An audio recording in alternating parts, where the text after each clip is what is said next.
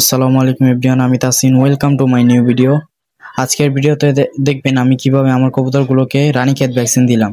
তাহলে চলুন শুরু করা যাক আজকের ভিডিও। মনে রাখবেন, রানীক্ষেত হলো এক ধরনের মারাত্মক ভাইরাস জনিত রোগ। যদি আগে থেকে সুরক্ষা না নেন তাহলে পুরো লফট একসাথে অসুস্থ হয়ে যেতে পারে। আমি আমার কবুতরগুলোকে গত 10ই মে ভ্যাকসিন করে গিয়েছিলাম, আর আজ 15 আগস্ট, মানে ঠিক 3 মাস পরে আবারও ভ্যাকসিন করালাম।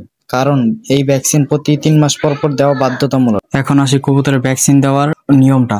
ভ্যাকসিন দেওয়ার নিয়মটা এটা হলো, আপনারা জানেন, এটা হলো পায়ের রানের মাংস বেশি দিতে হয়। এবং এটা হলো, আপনি যদি 10 ml সিরিঞ্জ নেন তাহলে আপনি ওই 10 ml সিরিঞ্জ দিয়ে 10টা কবুতরকে ভ্যাকসিন করাতে পারবেন। মানে প্রত্যেকটা কবুতরের জন্য 1 ml করে। তাই আপনার কবুতরগুলোকে সময় মতো ভ্যাকসিন দিন, কারণ প্রতিরোধী হচ্ছে আসল চিকিৎসা।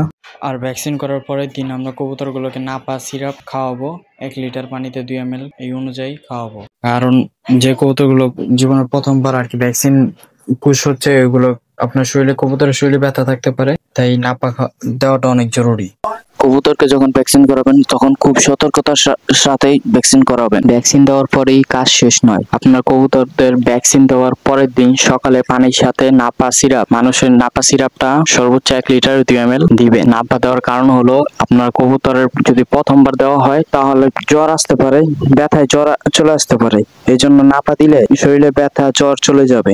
আপনার কবুতরকে নিয়মিত টিকা দিন। টিকা দেওয়ার কোর্স হলো 3 মাস পর পর দিতে পারবেন এবং 6 মাস পর পর দিতে পারবেন। ভিডিওটি ভালো লাগলে লাইক দিয়ে চ্যানেলটি সাবস্ক্রাইব করে পাশে থাকুন। দেখা হবে নতুন কোনো ভিডিওতে। আল্লাহ হাফেজ।